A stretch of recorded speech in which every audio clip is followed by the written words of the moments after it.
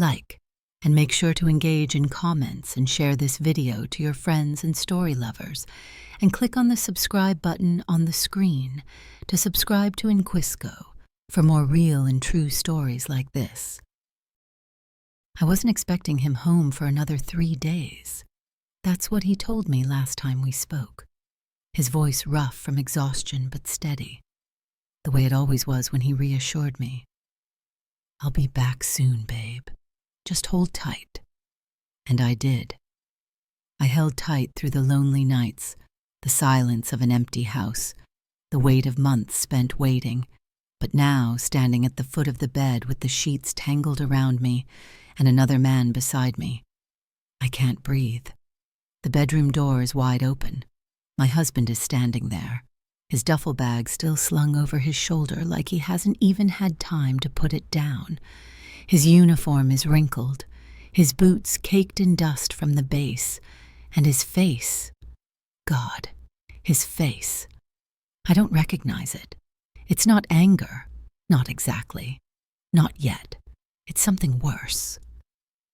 That split second of disbelief, of watching the world tilt sideways and knowing that nothing will ever sit right again. The man beside me is already moving, scrambling off the bed like he can outrun the situation. He barely gets his jeans past his knees before my husband's voice cuts through the air like a blade. Don't. One word. Flat, cold, heavy. My pulse pounds so hard I think I might pass out. I should say something, anything, but my throat is locked tight, my mind a mess of static. This wasn't supposed to happen. I wasn't supposed to get caught. I wasn't even supposed to do this at all. But it wasn't planned. It never is, right? It started small, just a few messages, harmless at first. Someone to talk to fill the silence when nights stretched too long and the loneliness gnawed at my ribs. I didn't think I'd let it go this far. And yet, here we are. My husband takes a slow step forward, his fingers flexing at his sides. Not fists, not yet. But there's a weight in the way he moves, something dangerous coiled just beneath his skin. The other man, Ryan, his name is Ryan, stands frozen, his face pale. He knows, just like I do, that there's nowhere to run. Not from this. I open my mouth, finally finding my voice, but nothing comes out except a strangled, My husband doesn't look at me. His eyes stay locked on Ryan, unblinking. Then finally he exhales, a sound so slow and measured, it makes my skin crawl. Get out. Ryan doesn't hesitate. He grabs his shirt, his shoes, doesn't even bother with his socks, before bolting out of the room, down the hallway, and out the front door. The house falls into silence. It's just the two of us now.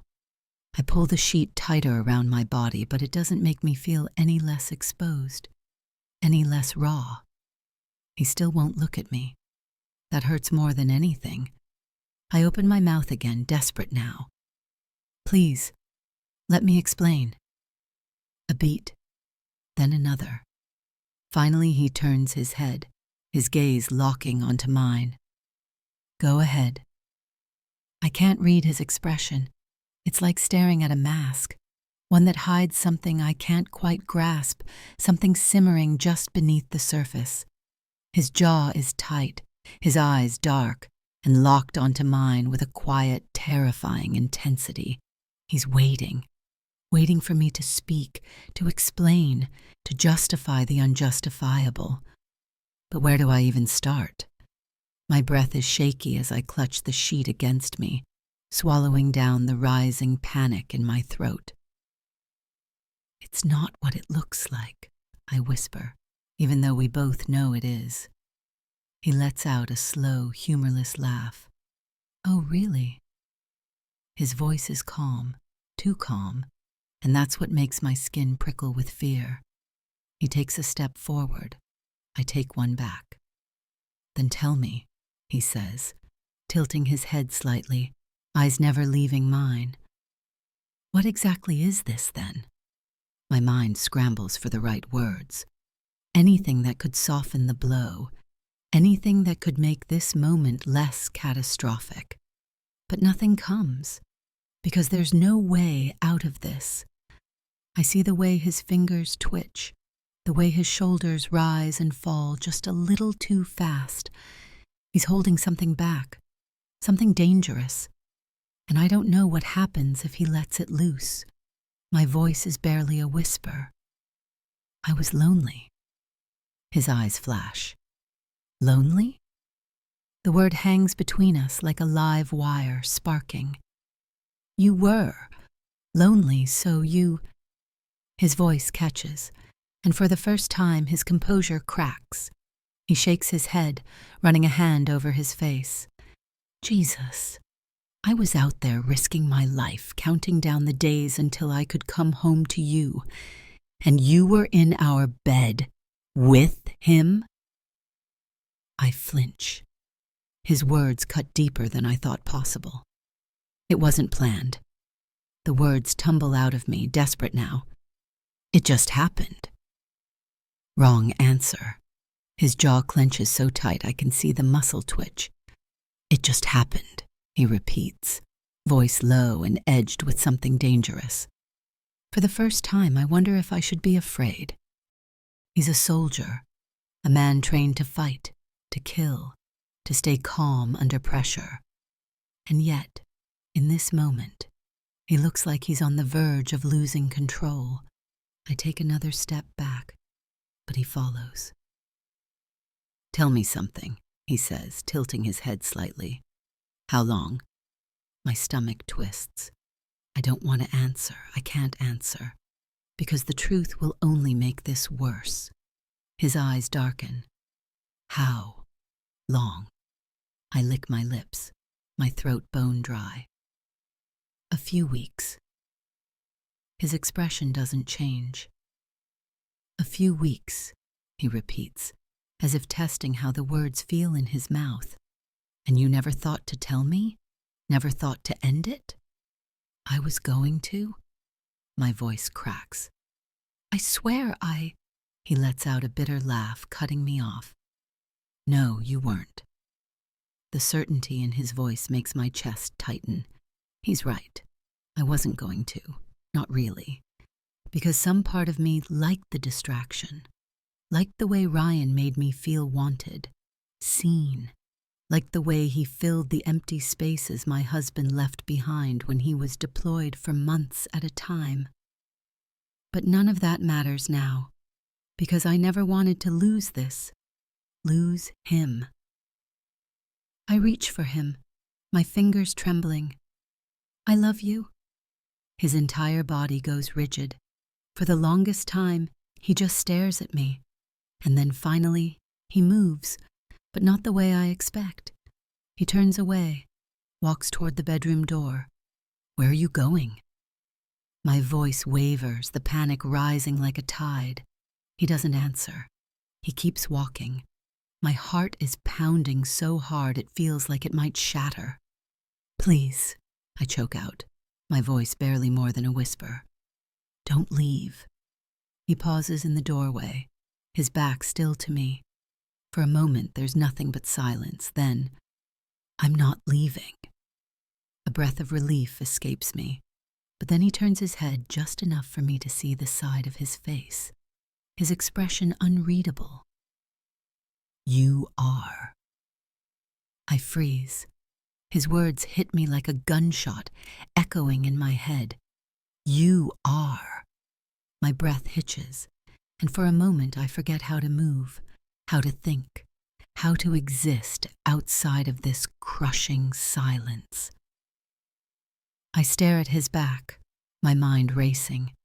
He wouldn't just throw me out. Not like this.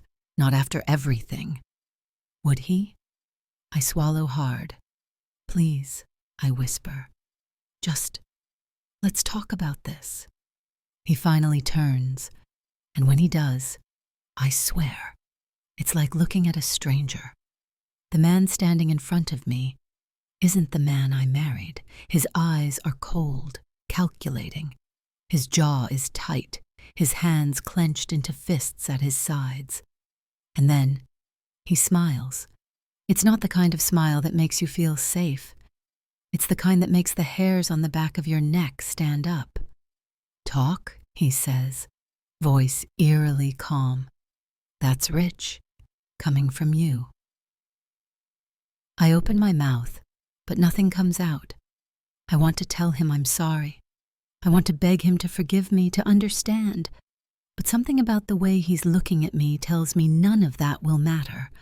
I take a step forward, but he doesn't move, doesn't even blink, just watches me like a predator sizing up its prey. "What are you?" He cuts me off. "You think I didn't know?" My heart stops. "What?" My voice is barely a whisper. His eyes flicker with something dark. "You really thought you were being careful, didn't you?" The room feels like it's spinning. He knew. The whole time. My hands shake as I clutch the sheet tighter around me. He takes a slow step forward. "Did you ever stop to wonder why I came home early?" Cold terror slithers down my spine. I shake my head, my voice coming out weak. "You said it was a surprise." His lips twitch. "Yeah, a surprise. For you. And him." I feel like I might be sick. What are you saying?" He doesn't answer right away. Instead, he reaches into his pocket and pulls out his phone. With a few taps, he turns the screen to face me. A video. A grainy security feed. And then I see myself. Me, in our bed, with Ryan. My knees nearly buckle. Oh my God. I shake my head violently. "Where did you—" He exhales slowly. "You think I'd leave my house unprotected? You think I wouldn't have cameras?" The world tilts beneath me. My stomach lurches. He knew. He knew, and he watched. And still, he let it happen. Why? The question burns my throat, but I can't bring myself to ask it. I don't want to know the answer. His fingers tighten around the phone before he tosses it onto the bed. "Do you know what it's like," he says slowly, "to see the woman you love betray you in real time?" I shake my head, tears welling up in my eyes. "Please, He doesn't let me finish. "I could have come back that night." His voice drops lower, almost a whisper. "I could have walked in and ended it then." My heart slams against my ribs. Ended it. A chill sweeps over me. There's something in his tone that makes my throat go dry. Something that makes me think he's not just talking about the relationship. I force myself to swallow. "Why didn't you?" His eyes darken. A long pause.